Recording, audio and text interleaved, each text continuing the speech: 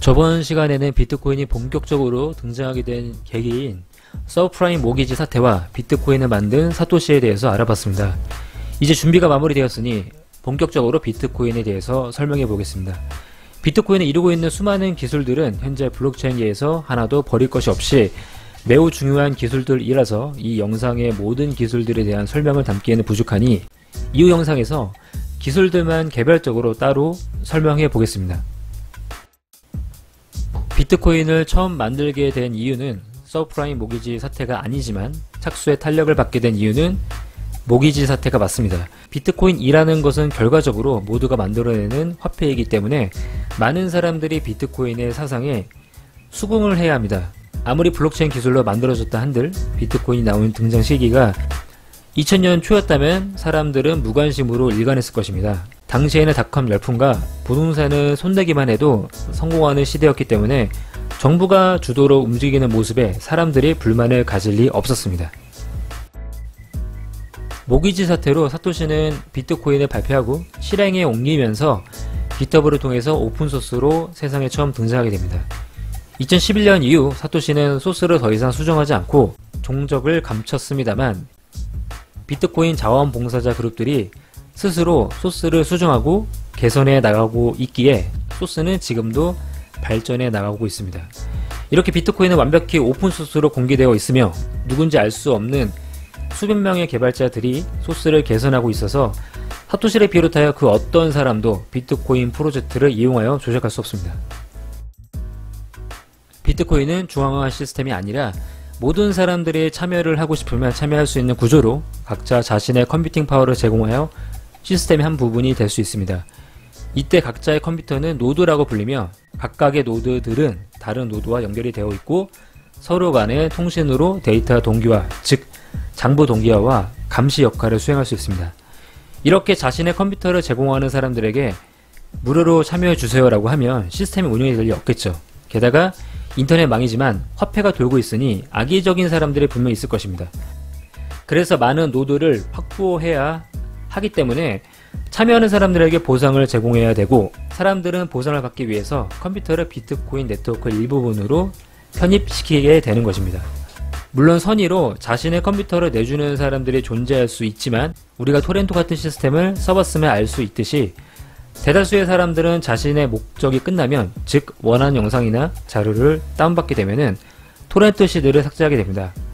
다른 사람들을 위해서 시드를 계속 유지하는 사람들은 극히 소수에 불과합니다. 그리고 컴퓨터 자원을 내준다는 것은 다양한 문제점이 존재하는데 우선 당연히 전기세라는 금전적인 문제가 있고 노드를 유지하면서 하드웨어 성능이 점차 나빠질 수 있으며 다른 노드와 연결되었을 때 해커의 침입 등에 대한 불안 등이 있을 수 있습니다. 그래서 이 모든 것을 무마하기 위해서는 불안보다 더 큰 보상을 줘야 운영이 되는 것입니다.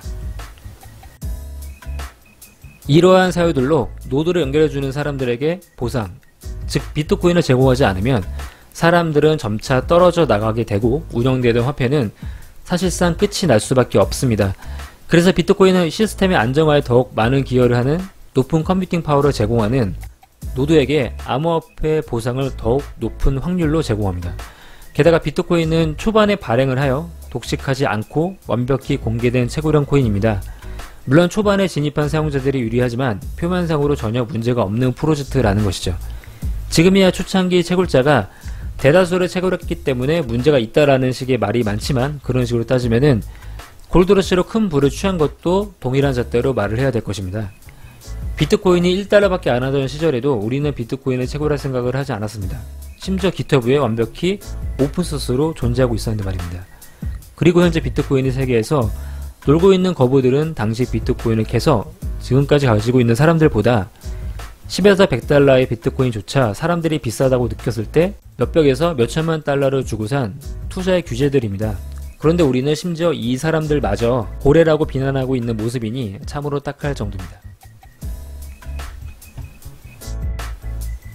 비트코인의 발행량은 2100만 개가 끝이며 현재 약 1780만 개를 채굴 완료한 상태입니다. 앞으로 약 320만 개를 더 채굴할 수 있지만 비트코인은 4년마다 발행량을 감소하여 인플레이션을 맞게 되어 통화의 가치 하락을 낮추게 됩니다. 인간이 시간으로 생기는 적인 죽음과 필사적으로 싸우듯이 달러와 원화와 같은 법정화폐 역시도 시간으로 생기는 적인 인플레이션 위험에 직면하게 됩니다.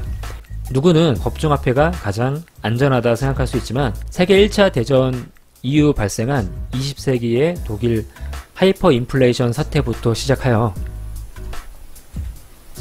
비교적 최근인 2008년도에 발생한 역사적인 초인플레이션 사건인 짐바브웨는 2008년 8월에는 4,710억의 인플레이션이 발생했고 다음 달에는 384경 그리고 두 달 후에는 897해라는 가늠할 수조차 없는 인플레이션이 발생했었습니다. 이 물가 상승률이 어느 정도였냐면 골프를 한번 치고 돌아오면 음료수 값이 50% 상승이 되어 있는 수준이고 자고 일어나면 모든 물가가 전날에 비해서 몇 배 이상 상승해 버렸다는 것입니다. 그리고 최근에는 베네수엘라에 초인플레이션이 진행 중에 있습니다. 베네수엘라는 2008년도에 인플레율이 170만 %에 달합니다. 짐바브웨에는 한참 못 미치지만 현재 진행 중이고 나라가 한때는 잘 사는 나라였었습니다. 그런데 현재 인구 300만 명 정도가 해외로 빠져나가는 엑소더스 현상이 발생하고 있을 정도로 처참할 지경입니다. 그리고 화폐의 가치 하락, 즉 물가 상승률은 비단 이런 나라들에서만 발생하는 것은 아닙니다. 제 어린 시절을 생각하면 현재의 원화 가치가 얼마나 떨어졌는지 가늠할 수 있습니다. 2천만원이던 음마아파트가 현재 말도 안 되게 오른 것은 음마아파트의 값어치가 순전히 오르기만 했던 것은 아닙니다. 바로 원화의 값어치가 떨어진 원인도 겹겹으로 쌓여서 값어치가 배로 올라간 것입니다. 30년 전 봉지라면은 100원 정도 했었습니다. 그리고 오락실은 한 판에 50원에서 100원 정도 했었습니다. 20년 정도로 돌아가서 월드컵이 우리나라에서 한참 하던 시기에 알바생 시급은 2,000원 정도밖에 하지 않았습니다. 그러나 현재 라면 하나에 1,000원 정도 하며 오락실은 500원이고 알바생 시급은 평균 8,000원 정도를 합니다. 평균적으로 생활 필수품이 20년에서 30년 전보다 4배에서 5배 가까이 올라간 것이 많습니다. 이를 토대로 알 수 있는 것은 법정화폐라는 것은 시간이 지나면 지날수록 그 값어치가 점차 줄어들고 인플레이션으로 인해서 하락할 수밖에 없다는 것입니다. 발행량이 무한정한 법정화폐는 가지고 있을수록 손해이며 어떻게든 시간이 지나도 가치가 훼손되지 않는 것으로 교체를 하는 것이 내 돈을 지키는 방법입니다. 아니면 그 돈으로 투자 및 투기를 해서 돈을 불리던가 해야 합니다. 비트코인은 발행량을 점차 줄이는 방식으로 인플레이션 문제를 해결하였고 2100만이라는 총 발행량으로 희소성이라는 것도 거머쥐게 되었습니다. 이를 통해서 우리는 법정화폐보다 비트코인이 더 미래 가치가 있다는 것을 유추해 볼 수 있으며 비트코인에 왜 투자를 해야 하는지 간접적으로 알 수 있을 것입니다. 이 표를 보면 알겠지만은 비트코인이 채굴량이 급격히 줄어드는 시기는 이때쯤입니다. 이때쯤. 이 시기는 90% 이상 채굴된 2030년 정도 이후이며 이때 비트코인은 심각한 채굴자들의 이탈 현상이 지속되어 무너질 수도 있습니다. 그러면 해커들에 의해서 쉽게 무너지고 비트코인이 망할 수도 있다는 것입니다. 하지만 아직 10년 후의 이야기이니까 그동안의 해결책을 마련할 가능성이 커질 것입니다. 발행량을 최소한으로 매우 조금씩이라도 늘리던가 하는 방법으로 조정을 할 수도 있지 않을까 생각합니다.